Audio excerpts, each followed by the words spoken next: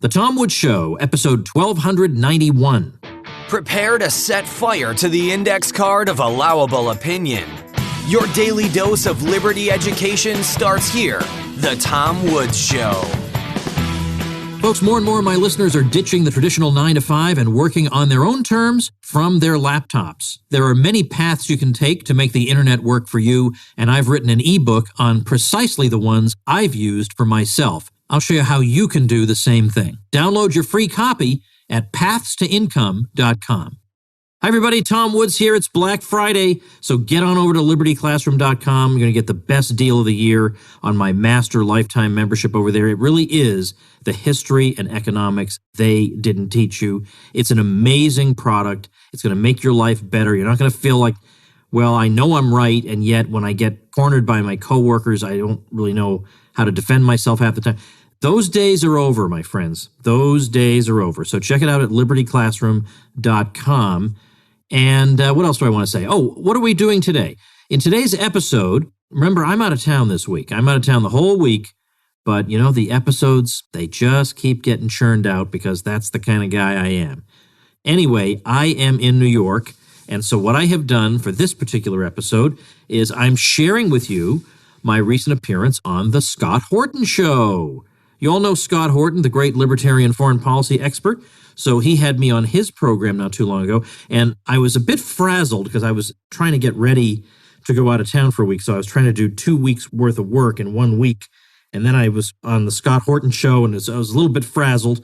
But I think it ended up being a pretty good conversation. It started off being on World War I, and then we just talked about a variety of things, or we looked at World War I from a variety of different angles. And I hope that the result is entertaining for you. That's all I have to say. So here we go. Oh, well, by the way, scotthorton.org is where you would go. You want to know more about Scott and listen to his show. scotthorton.org is where you want to go. Okay, now we're going to listen to it. Hey, Tom. Scott, great to talk to you. Hey, man. Very good to talk to you, too. Very happy to have you back on my show. It's been way too long. Yeah, absolutely. Yeah. So here's the big deal, man, yesterday was Armistice Day. And I guess, you know, when it falls on a Sunday, the government employees still get their vacation day. So they're celebrating it 2 days this year. So no government employees, like, say, for example, at the post office are doing their job today. The banks are all closed. Some of us are trying to take care of business. But no, anyway, it's Armistice Day, the celebration of the end of World War I. And I know that they renamed it Veterans Day in the 50s and all that because there were so many new veterans of so many new wars already. But I was thinking that, World War I, they call it the Great War. They used to call it the Great War back before World War II. And it really is that big and important. And yet I am of the understanding that most people really don't understand very much about the war. You know, World War II is so easy because it's America and England and our friend Joe Stalin against the evil fascist Italy and Nazi Germany and Imperial Japan. Good guys versus bad guys. Good guys win. That's pretty easy. You could teach it to a kid and they can understand it.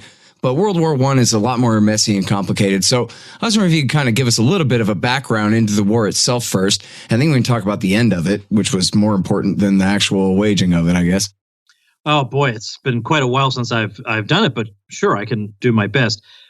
Just to help people wrap their heads around it a bit, I would just start by naming the countries that, let's say, eventually or at one time or another wind up fighting together. So the key powers on the side of the Allies would be Britain, France, Russia, and Italy. Italy's kind of a fair weather friend. The central powers being Germany, Austria-Hungary, Bulgaria, and the Ottoman Empire. I mean, those are the primary powers that are engaged in the war. And when you try to, you're right, with World War II, it's not that difficult to trace out the events leading up to it, and you can create an easy narrative about, German rearmament and the West's, lack of response because they started thinking maybe that Versailles Treaty was a little bit too harsh after all anyway, and et cetera. It's very easy to come up with the narrative here. But with World War I, you have colonial rivalries and you have secret agreements between countries going back a very long time. Decades and decades. You have resentments going back to, let's say, the Franco-Prussian War of 1871. There's a lot that's going on here. And so that's why you have a situation where one assassination one political assassination of Archduke Franz Ferdinand by a radical Serb nationalist can lead to such unbelievably momentous consequences, because you have a powder keg of rivalry to begin with, of an arms race. I mean, for example, the British policy was that because obviously they're an island, they need to have a really, really powerful navy. So their military policy always was, we have to make sure that we have a navy that is double the strength of anybody else. So in other words, we've got a navy that's like the navy of two other countries put together. So when the Germans begin a massive armament process, well, then that's going to naturally force the British to up their military investment, because they have to stay at a level of two countries worth of a navy. So there's an arms race going on. There's colonial rivalries going on as Western imperialism is proceeding apace. And of course, when you have imperialism, you have rivalries within, and sometimes conflicts brewing beneath the surface in these colonies. So it's just one thing after another. So the long and the short of it is, the Germans wind up basically willing to say to Austria-Hungary, this is what's referred to as the blank check. You take whatever measures you think you need to against these nationalist Serbs, one of whom just shot the heir to the throne, and we will back you. That's what's meant by the blank check. We'll back you in this. And this, of course, okay, the Austrians didn't need a further invitation, and they proceeded to make demands of the Serbs that the Serbs could in no way accept. I mean, it's in some ways it actually recalls to me the demands that the U.S. made of Serbia in 1999, or that NATO made of Serbia. That there's no way that the Serbs as sovereign people could accept. So anyway, what wound up happening is that this leads to a cascading series of events, because the Russians had long considered themselves the protectors of the Balkans and of a lot of these peoples. And the Russians have their own interests. The French are going to support the Russians, and the Russians are meanwhile telling the French, you can get Alsace-Lorraine, you can get revenge for some of the territory that you lost to Germany back in 1871. And then the British had a secret agreement with the French, and it was just one thing after another. And then when the war actually begins and the Germans make their way into France via Belgium, and they cross through neutral Belgium, well, the violation of Belgian neutrality becomes alleged justification for the British to get in. So as you can see, it's a very messy story. It's not an easy story. But the one thing you can see from the story is that this has nothing whatsoever to do with the United States. That this is one of the moments when you would say, I am so grateful that we have in effect seceded from Europe, that we don't have to worry about this crazy nonsense. It's great that our ancestors moved out of this place. Now we can enjoy peace over here. That's what most Americans thought at the time, and that's why it took such an unrelenting propaganda campaign to try to persuade them that several years later, that it is necessary for the United States to get into the war. They had to use the military draft. They had to have people haranguing you on street corners. They had to have propaganda movies, because the good common sense of Americans in those days told them, whatever the hell this war is about, we have no stake in it. So the big key to the American entry into the war, I think a lot of people think it's the Lusitania, but really that was a couple of years earlier, and that failed to do the trick. It was the Zimmerman telegram. Was that as ridiculous of a thing as it seems like to me?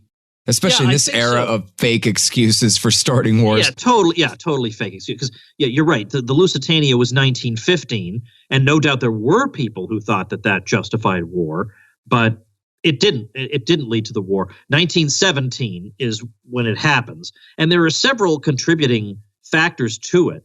I mean, for example, there was the resumption of unrestricted submarine warfare on the part of the Germans, and that was bound to lead to American casualties, particularly because Woodrow Wilson refused to give common sense advice. Listen, it's wartime, so don't travel aboard an armed, belligerent merchant ship carrying weapons of war through a war zone, because you might get killed.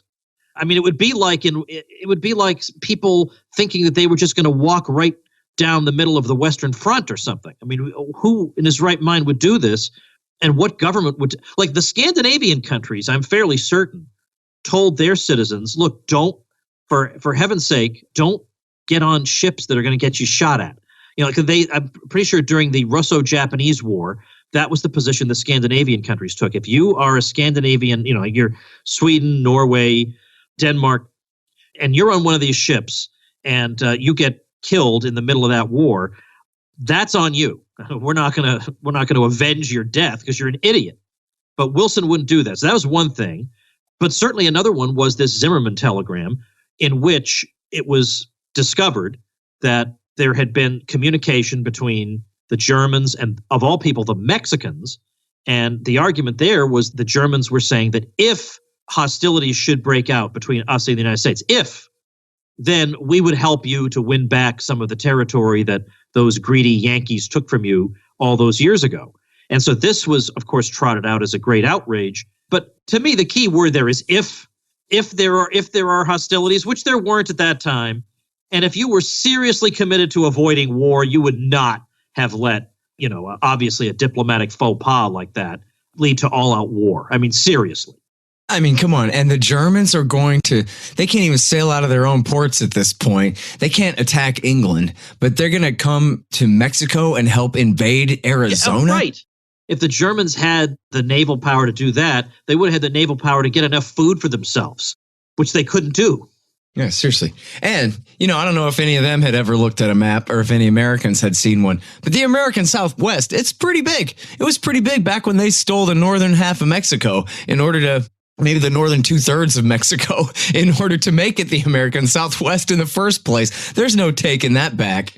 Of course, the whole thing is wildly implausible. And if Wilson can get away with making all kinds of threats constantly, if the Germans continue their policy, they will have to, if he can do that, so the Germans can't say, well, all right, how about if you continue being belligerent toward us, then we're going to do X. I mean, that's what happens in war. You talk trash to each other. Yeah. But still, obviously, no kind of credible threat there. But that was good enough for the declaration of war. And then, so now look, the way I have the narrative here, Tom, it's all very simple. And everything negative that has ever happened, or positive for that matter, but really all the bad stuff that has ever happened since then in the world is all Woodrow Wilson's fault for this. He said he wanted peace without victory. Meaning, we're not trying to conquer Europe and make it a new American colony or anything like that. We're over there in a selfless manner, trying to bring peace, and we're going to do it in a way where everybody is so fair to each other that we avoid this situation where this happens again. And yet, right at the time that he was doing that, you actually had a peace without victory. You actually had all sides were just completely out of gas, out of soldiers, out of ammo, out of everything. And it was really cold outside. And it had been 4 years of fighting and millions of casualties all around. And everybody had just about had it. And so that if America had stayed out, the Kerensky government in Russia probably would have stood, and the Russian army would have been there to protect the interim government there, the revolutionary government from the communists for the October Revolution.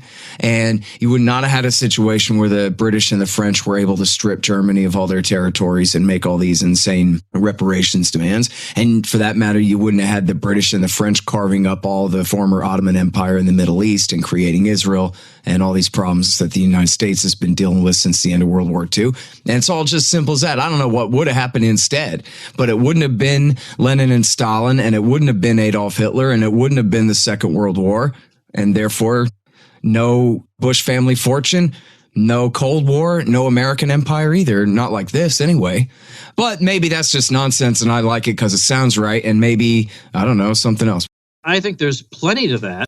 And there's a really good book that kind of lays out specifically exactly the kinds of consequences that you're speculating about here. And that's Jim Powell's book called Wilson's War, published, I think, all the way back in 2005. But yeah, Wilson's it really is War excellent. It really does summarize all these different consequences. And it reminds us of the Ron Paul point about unintended consequences. I mean, we get these conservatives who tell us all day long that domestic policy has unintended consequences. So if you have milk subsidies, blah, blah, blah, blah, blah. Okay, I get that conservatives are really good on milk subsidies.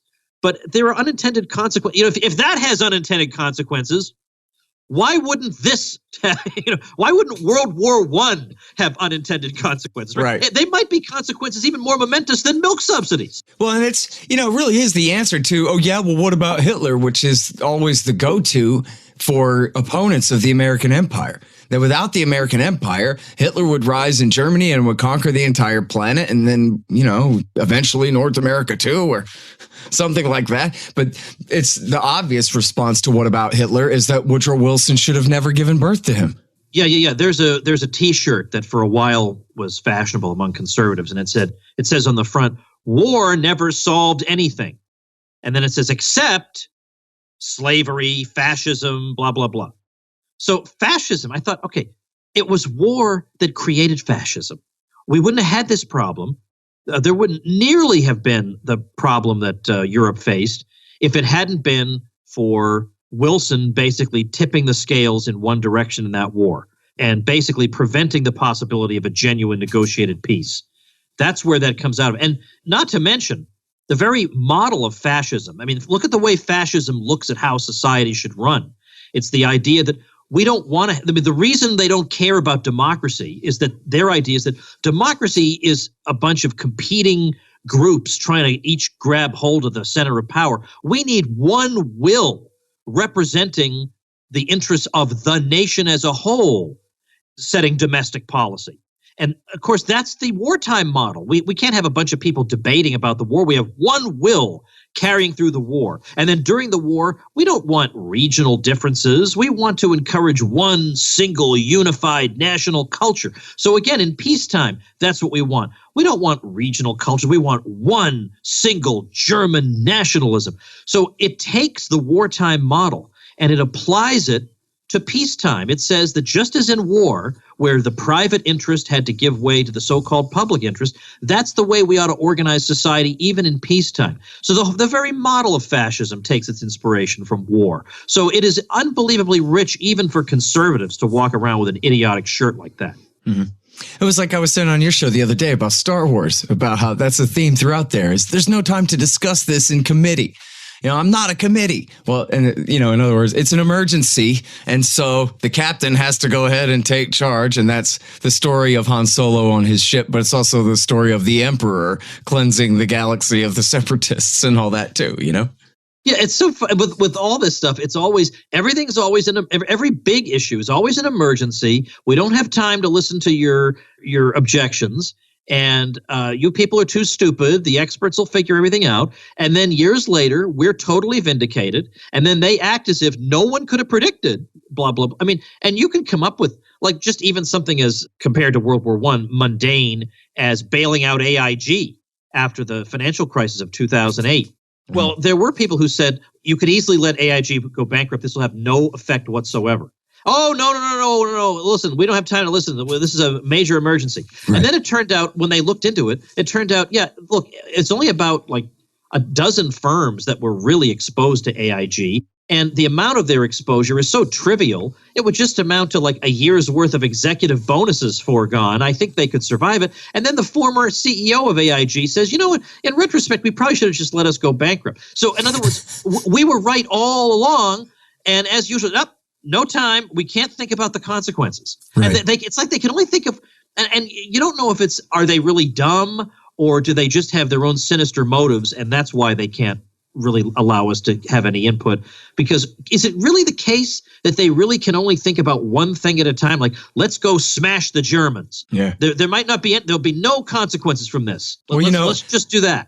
It reminds me of that old G. Edward Griffin interview with Norman Dodd, who was the investigator for that congressional committee, who talked about the Carnegie Endowment for International Peace being founded in 1908 on the question, is there any means more effective than war, assuming you wish to alter the life of an entire people? And how then they studied it for a year with all this money and professors and smart people and study groups and whatever. And they came back and they said, nope, that's pretty much the best way to do it, is to have a war.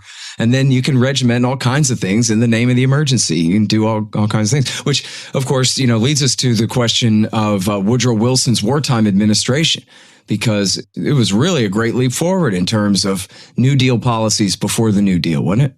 Well, certainly there's nationalization of railroads and a heck of a lot else, and basically a kind of economic planning. And the Federal Reserve is coming into its own at this time as well. So that's what makes it particularly interesting to note what Rothbard points out. Murray Rothbard has a really great essay on World War I and the intellectuals. And maybe you've read it. It's really great because what he does is he goes back and reads. It's called War as Fulfillment. Yes. Power and the Intellectuals. Yeah, it's an amazing essay because what he's done is he's gone back and looked at really the premier periodical of the Progressive era, even though it was developed only late in the Progressive era, the New Republic magazine, which, as Bill Kaufman would say, has always been an enemy of the old Republic. The New Republic. And was a J.P. Morgan orbit project in the first place. I think Rothbard says that too. And that sounds like this kind of thing Rothbard would have dug out as well. But you read these people, and they'll say the Germans are in the wrong and we really got to go smash them.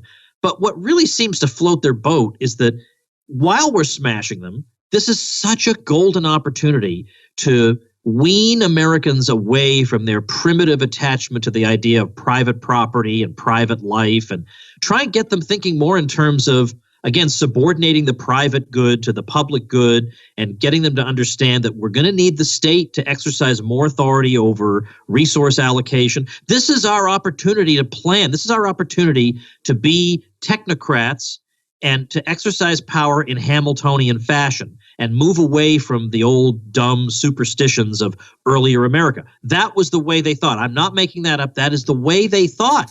Yeah. So that's a big deal. Right. Hey, and it goes to, kind of a very modern question, too. I had Stephen Walt on the show last week, and he has this new book, The Hell of Good Intentions. And not the hell with good intentions, but the hell of good intentions. Yeah. But Stephen Walt is the realist school guy, and he's from Harvard University. And so he's a very polite gentleman and all that kind of stuff, which is fair. And I'm not saying that he's anything but completely honest in his take.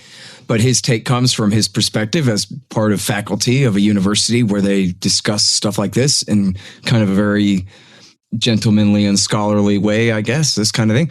But in his entire take on what he's arguing in the book is that there is a severe difference of opinion of whether we should use American might to help people all over the world into creating this wonderful new liberal order of benevolence and selflessness, or whether we should have kind of a more hard-nosed national interest kind of a point of view. And I even, was asking him in the interview, like, hey, it sounds like maybe there's some question begging going on there, that every interventionist always only just means well. And none of this is cynical. None of this is a put on or an excuse for certain groups to take advantage for their own interests, which is funny because, he wrote the book on the Israel lobby and all their avarice in America, all the stuff they get away with for their interests, which doesn't have much to do with spreading democracy, does it? But so anyways, yeah, his take was like, yeah, no, this is all just a difference of opinion. There are interventionists who think that if you are moral and caring, then you must intervene everywhere to help people. And then there are other people who are a little bit more realistic about, whatever. Anyway, so now back to World War I. You have J.P. Morgan, who made a bunch of loans to the British so they could buy a bunch of guns from J.P. Morgan, his other companies, the gun manufacturers. And then you have this entire kind of neoliberal, like center-left ideology of do-gooderness and militarism that you're talking about that J.P. Morgan was bankrolling, including the flagship publication, The New Republic, and fanning all of these flames. And, of course, the Morgan Group always had a tremendous interest in the Woodrow Wilson government in the first place and all of that. And so I wonder, I guess, first of all, maybe I'm begging the question here. Do you think that J.P. Morgan's interest in those loans and those arms sales to England had a lot to do with Woodrow Wilson's policy? And then secondly, does that mean that the New Republic was always just a put on for arms manufacturers and bankers and securing their profits at our expense? Or, I guess it's always kind of both, right? They found a lot of intellectuals to bankroll, though, to get their same dirty work done, it seems like. Well, that is really the question that we even ask ourselves today.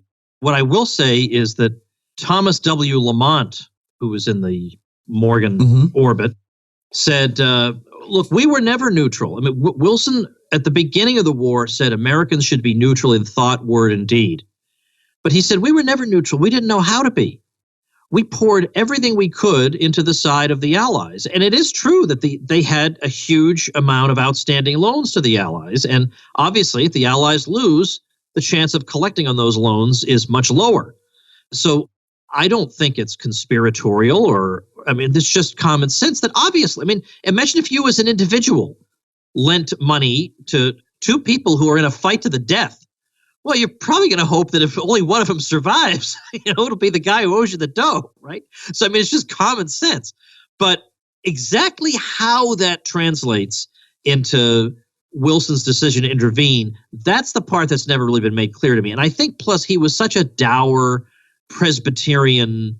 I'm not trying to criticize Presbyterians, but he was like the worst kind of caricature of a Presbyterian moralist. That I just don't think he would think that way. He would think that he was acting out of pure righteousness. Mm.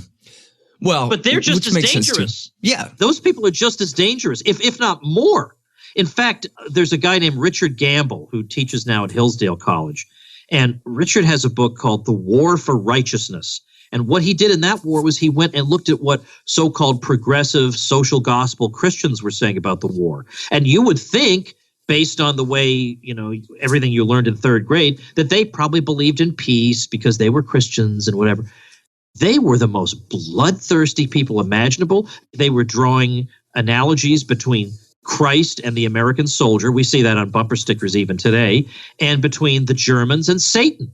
Now, if the Germans are Satan, you can't possibly have a negotiated peace that's sensible. You can't. How much are you going to sit down and negotiate with Satan? So these people, in a way, I almost wish it was just venal people out for a buck, because they would understand, okay, a complete unconditional surrender means we're never, we're not going to get as much money as if the defeated power, let's say, is able to keep something and survive.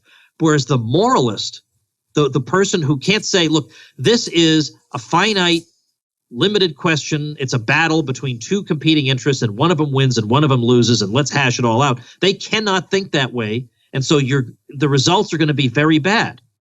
Yeah. Well, and we do see this all the time, too. I remember this was a huge part of the debate about Iraq was, are we going to be amoral and just worry about what's good for America? Are we going to do the right thing, even in, an altruistic way, a self-sacrificial way? Because you know what? You're right, Tom Woods. It's not in America's interest to attack Iraq, but that's why it's so important that we do it, because it's the right thing to do. That was the way that they spun it. The morality-based foreign policy versus the mean, old, heartless realists who would rather stay out. And so it's such an irritating way to put it, because then the whole discussion of foreign policy, as with so many political discussions, gets bogged down in two very unattractive options. Either you're going to be an idealist Wilsonian, or you're going to be a hard-headed realist like Theodore Roosevelt. Yeah. Those are my choices. That's a pretty good 3x5 index card of allowable opinion right there. Right. Yeah. No, that's definitely, it seems to be the way that it shakes out. And of course, Wilson to this day is known as this great idealist. I remember, I actually have a book of Wilson's letters, and it was one of those things at this book fair back, when I was a kid, I guess, a teenager. I put my hand on this book right as this lady was also trying to get it, but I got to it first. And then she and her friend, and you could tell they're kind of liberal Democrat, Bill Clinton types or whatever. And then they had this conversation about how sad they were that they didn't get the book. And then the one says to the other, oh, Woodrow Wilson, he was such a great idealist.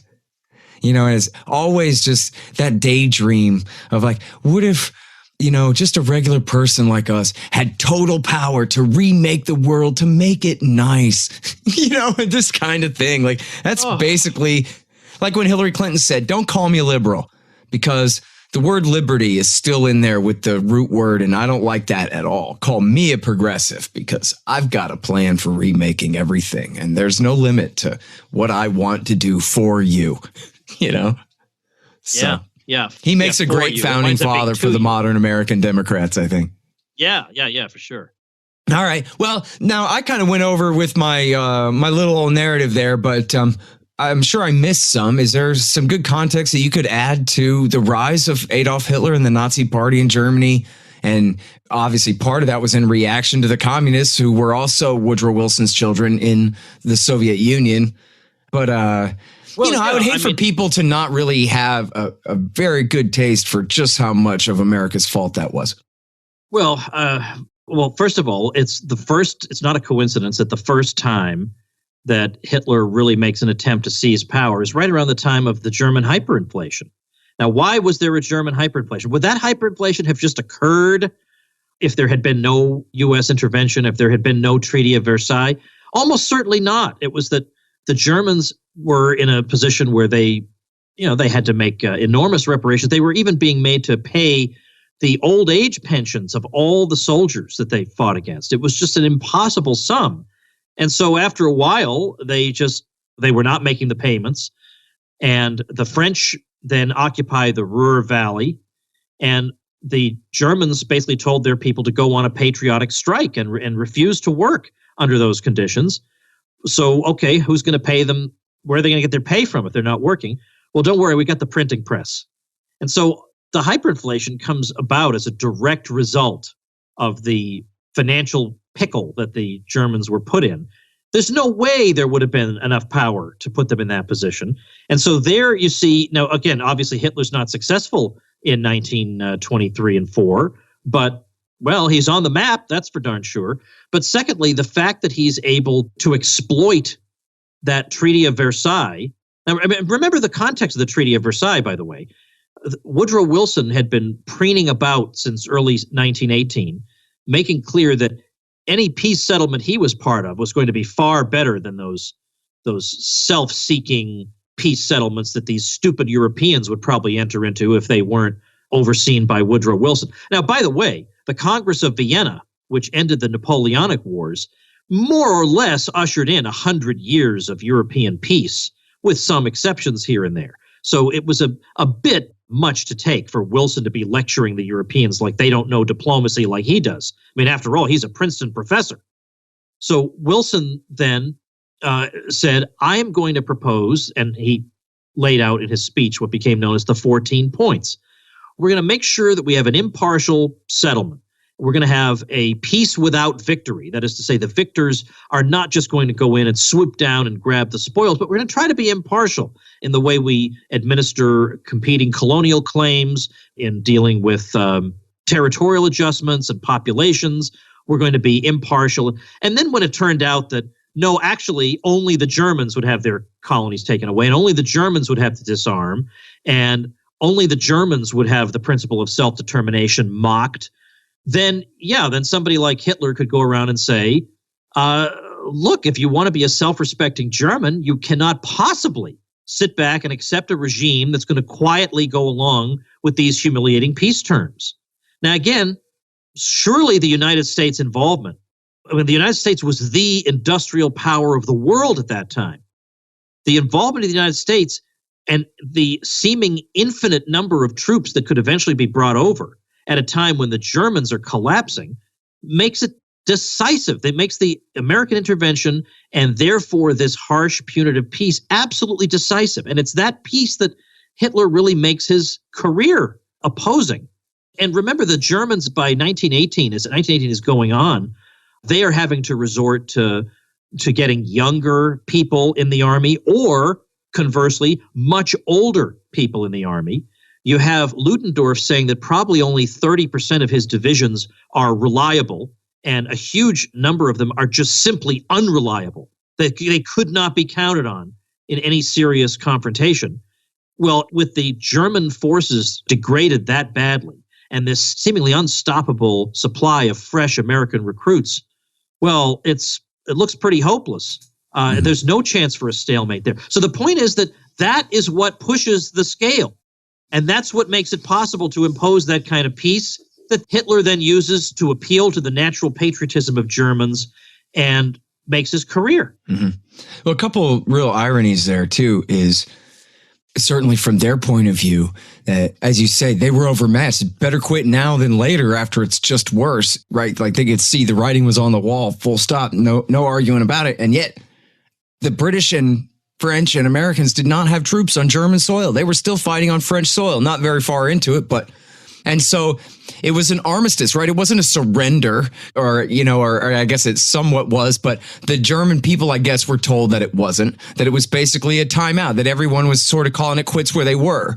And then all of a sudden, it was as though they'd been completely defeated and conquered, and they were treated as though they'd been completely defeated and conquered when that was news to them, because it never had gotten that far. And then on top of that was the post-war blockade, where, Andrew Coburn had this great thing about the Iranian sanctions in Harper's once, where he told the story of the post-World War I blockade and how the British bureaucracy enforcing the blockade on the Germans was just being completely perfected and implemented right at the end of the war. And so, hey, it was a government program. They wanted to keep it going. And so they kept it going. And so, continue to starve millions of Germans. And I can't remember my footnote on this anymore, but I actually just learned this relatively recently, that many of the most influential Nazi officials, later in the Nazi party, had suffered greatly, specifically under that starvation program a generation before. Yeah. That was a huge part of that, whereas just they hadn't quite all the way really been defeated, and yet they were just absolutely had their nose rubbed in it to the nth degree. So, and all their territory stripped away and all this stuff. And I should say, they kept that hunger blockade in effect after November 11th. Right. Yeah, for months, right? Or half a year or something. Yeah. And, obviously the Germans are not going to be able to restart the war. So they're just sitting there. I mean, that is just pure spite and just revenge.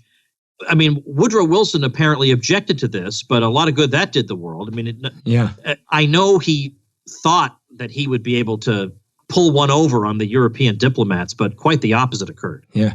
And then there's something that in Jim Powell's book, Wilson's War, where he talks about how Wilson, he's so high-minded, you see, that he refused to accept surrender from any of the actual guilty German militarists. And instead, he insisted they step aside and allow this democratic government to take its place, and then insist that that new democratic government be the ones to sign the treaty and accept the surrender. And so they were the ones who got all the blame. And then, as you said, Hitler made his career on that. As Jim Powell says, he began virtually every speech denouncing, quote, the traitors of 1918, the Germans who had dared to have gone along with that. And it was not the guilty who'd caused the war at all, but the ones who Wilson had insisted be the ones to accept the surrender and were therefore completely delegitimized, right? Like when the CIA backs your Iranian student group, it kind of hurts more than it helps. Right. Yeah, exactly. Well, let me just make one more quick point. You notice that on what we used to call Armistice Day, what you get always from the politicians are platitudes with no context. We're just speaking about abstract people who just died. Like, we know they died in war, so they're at least that specific. But we don't get anything about politicians who maybe caused their deaths in ways that were avoidable, like wars that shouldn't have been fought. Or you never really get a case of real self-examination or anything. It's always, let's honor our fallen troops, and they just leave it. They just leave it at that. And then if you complain and you say, but wait a minute, these wars they fought in were horrible, then you get criticized and condemned because you're not respecting the troops. That's a really good racket they have going. As soon as you actually start to point the fingers at why are these people under the ground, well, then you're not being respectful. Right. Come on. Yeah, it is. And although I think that's really wearing thin. What's really funny about that to me is, and I'm not that old, but I remember a time where it was perfectly acceptable to say, you know what, the domino theory actually was wrong. I mean, once one domino fell, the rest of them didn't fall. Thailand didn't go commie. Right. It was so yeah, geez, it was a lot of well-intentioned people prosecuted some pretty brutal policies based on a theory that it was absolutely necessary. And really, that was a mistaken view. And that, you know what? We're all grown-ups here, right? It's okay to talk about that. Like, don't take it too far and start questioning whether we need a Pentagon at all or anything like that. But but now, no, right? There was a time, I don't know, early 90s or whatever. I could hear conversations like that in polite company more often. Whereas now, as you're saying, oh no, you can't question the policy in Afghanistan or you're going to hurt the feelings of some guy I don't know, but who I imagine would be mad if he heard you say that because he served there, you know? Yeah, and I think that the opposite really is true. Yeah, there are some people who would feel offended, but I get told so many times by so many veterans that actually, a lot of times behind closed doors, they have nothing but contempt for the people who sent them into those places where they went. And they're much more receptive to people who are critical of this stuff than we're led to believe. Right. You know what? Everybody should read Catch-22 in high school. If that's the good war, then we have a real problem, I think, you know? Yeah. Oh, yeah. I remember that. But gosh, it's been. I mean, that ought to be a real years. Inoculation from ever having to believe in these guys at all, you know? Yeah. Reading about Captain Cathcart and all these, Colonel Cathcart, was it? Yeah. Anyway. All right. Well, listen, man, I'll stop wasting your afternoon here, Tom, but I like talking with you. Thanks for doing the show. I'm very glad to do it, Scott. Thanks. All right, folks, that's going to do it for another week of the Tom Woods Show. Head over to libertyclassroom.com for our Black Friday special. Grab your foreign language course at tomwoods.com/rocket, and I'll see you next week. Become a smarter libertarian in just 30 minutes a day. Visit tomwoods.com to subscribe to the show for free, and we'll see you next time.